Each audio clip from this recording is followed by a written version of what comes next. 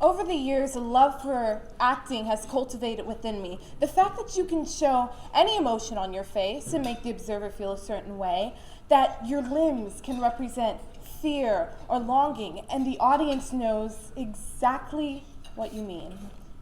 That's the art form I've embraced. There's something fantastic about art. It can access vulnerability. That is, drawing an element of yourself, magnifying it, and laying it before the world. In the same sense, I walk down the hallways of my school and I see in these glass cases, students' artwork fills them. And they are the very manifestation of their passion. But it fills me with great sorrow to know that some people only observe and never truly embrace the arts for themselves. And I've considered what can be done about this.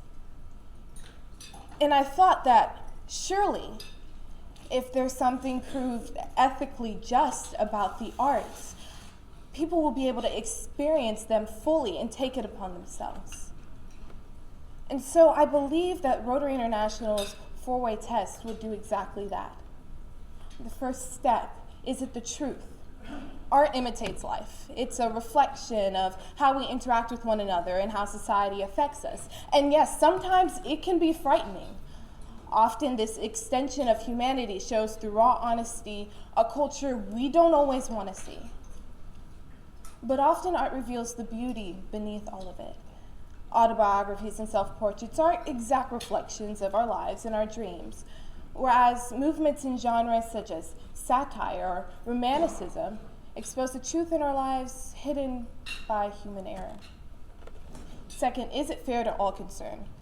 I believe everyone has an artistic outlet, and your work might be unconventional. You might not be the dictionary definition of creative, but it's yours. And people may come to judge and criticize and even blacken the very name of your work, but they cannot take that ability to create from you. We all have that ability. What we must do is find which medium manifests the fairness aspect of art. And third, will it build better goodwill and better friendships? There's something astounding about this mode of expression. It bridges cultures and promotes understanding. Often when we as a society want to learn more about another group, be they from this time or the past, we examine their artwork. Why? Because a picture's worth 1,000 words. And as cliche as it sounds, it's true. We find that these peoples have poured their very heart and soul into their work, just as we have. And this ethocentric view that we possess shifts a bit, because we can identify with them, and we can appreciate them, and ultimately we can love them. And fourth, will it be beneficial to all concerned? Above all, art is a release of the desires of the artist, from the weight of our world, and from the horrors of reality.